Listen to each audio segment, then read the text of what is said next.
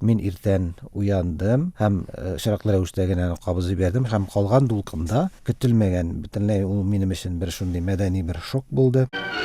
Монда Азатлык радиосы аша хәзерге вакытта чит илләрдә яшәүче сезнең ватандашларыгыз сөйли.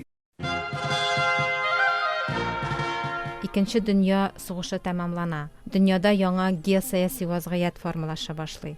Сталинның сугыш җиңүенә исереп китеп, бөтен көнчыгыш Европаны әкренләп үз астына алу омтылышлары күзәтелә башлый. Беренче редактор итеп Америка авазының татар редакторы Нияз Максудов китерелә. Советларның томалау җиһазлары бар ил буйлап урнаштырыла. Алар көне-төне эшли. Мин аны Казан радиосыдыр дип уйладым, дип сөйләде Рәт ага. Башта дөнья хәлләрен сөйләде, аннары бер вакыт кайдадыр ниндидер коммунистларны тоттылар дип сөйләүгә күчкәч, минем башыма китереп сукты.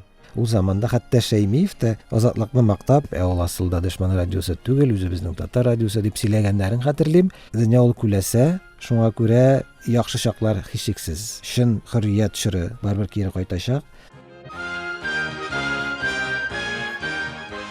Бу Азатлык радиосының 70 еллыгына багышланган подкастлар сериясе.